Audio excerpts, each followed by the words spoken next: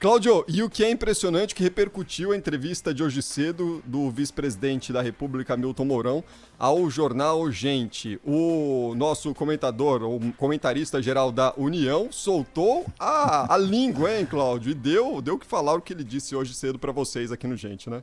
Exatamente. Pedro Campos e eu entrevistamos o general Hamilton Mourão, o vice-presidente da República.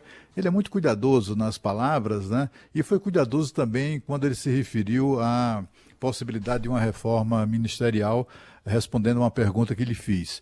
Na verdade, eu queria saber a avaliação dele sobre alguns ministros e sobre especificamente a questão do ministro das Relações Exteriores.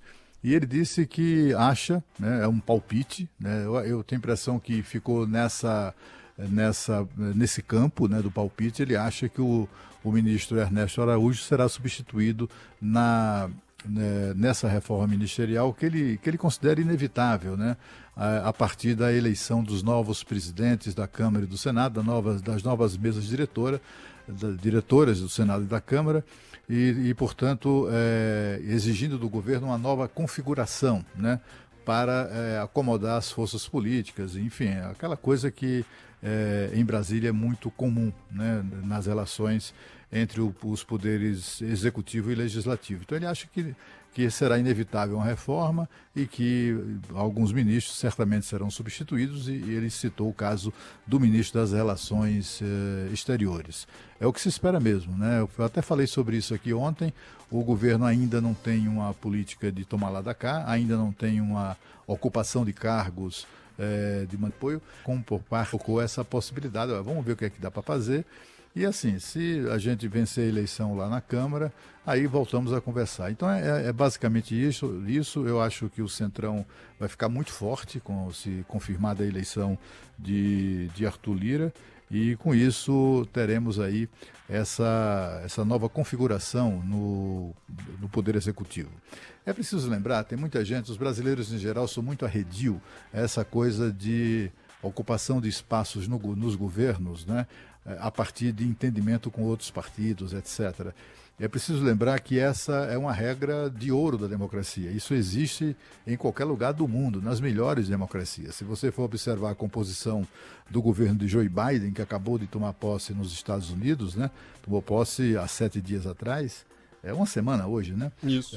A gente vai ver que ele contemplou na sua equipe, colocou na sua equipe todos os segmentos que o apoiaram claramente ou que foram determinantes na sua eleição. Está lá todo mundo contemplado, não só do ponto de vista político partidário, mas também de organizações sociais. É assim que acontece. No parlamentarismo também é assim. Há como é que eu diria, uma aliança que estabelecem se frequentemente alianças para governar, né? É assim que acontece. A gente está assistindo, por exemplo, a Itália passando por uma crise de governo. O primeiro-ministro renunciou. E por que ele renunciou? Porque um outro partido que compunha a base do governo saiu da base porque divergia das estratégias do primeiro-ministro no combate à pandemia. Pelo menos esse foi o pretexto. O fato é que aquele partido do ex-primeiro-ministro Mattei caiu fora da coligação, e com isso o governo perdeu a maioria no plenário do parlamento. E aí ele saiu.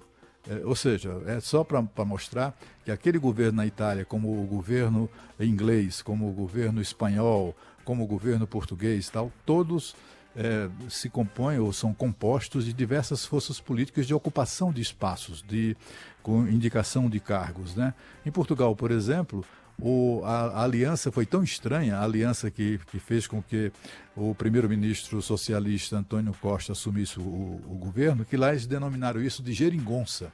Alguém chamou isso de geringonça chamou a aliança, né, de geringonça, que era um negócio meio estranho mesmo, do ponto de vista político, né? E aí eles próprios adotaram isso, adoraram essa expressão que os portugueses não usam, né? Foi alguém que pegou essa expressão ali no linguajar brasileiro. Mas só para dizer o seguinte, o que não é tolerável, né? O que não é aceitável é o que aconteceu aqui no Brasil ao longo dos anos. Quer dizer, essa prática democrática de ocupação de espaços pelos partidos, por outros partidos para apoiar o governo, essa prática acabou sendo desvirtuada no Brasil, né? Corrompida no Brasil, transformou-se em pretexto, instrumento de corrupção, de roubalheira. Foi o que a gente viu no governo Lula, por exemplo, né? Dizia-se no governo Lula, a expressão é do ex-presidente da Câmara, Severino Cavalcante, ele queria do governo Lula diretoria da Petrobras que furasse poço. Era essa a expressão que ele usava nas tratativas com o governo. Eu quero uma diretoria que fure poço. Não é que ele tivesse algum fascínio especial pela diretoria de exploração, né, de petróleo, que fura poço, que faz prospecção, que encontra petróleo. Não, é porque ali tinha os grandes negócios, de onde se poderia tirar grana, de onde se poderia roubar dinheiro público, né? É exatamente isso que no que se transformou no Brasil. E olha, o governo Lula não inventou isso não, apenas aperfeiçoou, isso já existia, né? Do ponto de vista de troca, de ocupação de espaços, para se locupletar daquilo, para se locupletar do cargo e do dinheiro público. O problema do Brasil foi esse desvirtuamento, e o presidente Jair Bolsonaro, nos 2 primeiros anos de governo, se recusou a colocar em prática o que no Brasil se convencionou chamar de presidencialismo de coalizão. Coalizão de forças políticas diferentes, apoiando o governo em troca de espaço. Ele não aceitou isso nos 2 primeiros anos e foi muito ruim, né? Foi muito ruim para ele, foi muito ruim para o país, né? Além do mais, além disso tudo, além de não ter essa coalizão, ele tinha na Câmara um inimigo presidindo, que é o Rodrigo Maia. Enfim, foi um inferno que a gente conhece. Nessa segunda metade, o que se espera é mais bom senso do governo e também política, né? O exercício da política, sentar para conversar e negociar. É assim que se faz.